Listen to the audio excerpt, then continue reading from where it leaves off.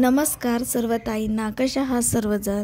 तर बघा, संध्याकाळचं खूप छान असं वातावरण झालं आहे आणि आता संध्याकाळचे जे टायमिंग आहे ते वाजलेले आहेत बघा 6 आणि 6 वाजल्याचं हे बघा टायमिंग आहे। आणि आज आहे कोजागिरी पौर्णिमा। कोजागिरी पौर्णिमेच्या सर्वांना खूप खूप अशा शुभेच्छा। बघा, मस्त असा आजचा हा दिवस आहे आणि आमच्या तुम्हाला झाडाची नारळे बघा दावते हे आहेत नारळे।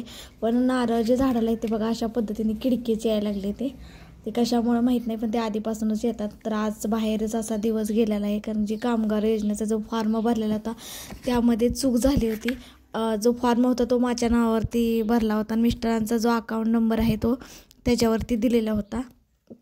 त्यामुळे जे शिष्यवृत्तीचे पैसे आहेत ते आले नाही आहेत, त्यामुळे ते अकाउंटचा जो नंबर आहे तो बदलण्यासाठी आम्ही गेलो होतो सांगलीला। आणि हे बघा दूध ठेवलेलं आहे, कारण आज कोजागिरी पौर्णिमा आहे, त्यामुळे मसाले दूध बनवण्यासाठी अथर्वला खूप आवडतं।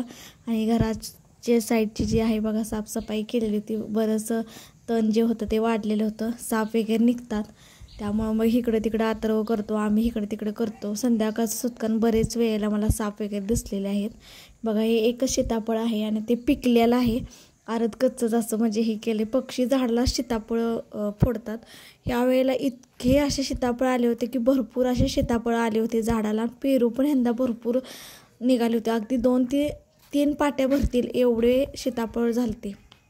आणि झाडाला बघा सकाळी मी देवपूजा करायच्या वेळेला फुलं भरपूर काढली होती, तरी बघा अजून भरपूर अशी झाडाला फुलं आहेत। टवटवीत फ्रेश अशी फुलं झाडाला लागतात आणि घरासमोर पण जे झाड आहे बघा तशाच फुलाचं त्यालाही भरपूर अशी फुलं लागतात।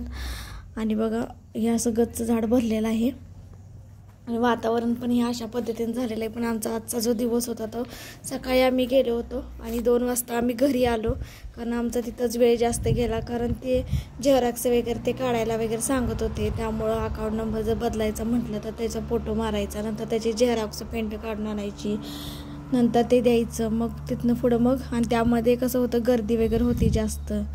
तर आजचा हा व्हिडिओ कसा वाटला नक्की सांगा। व्हिडिओला लाईक करा, शेअर करा, सबस्क्राईब करा आणि कमेंट करा।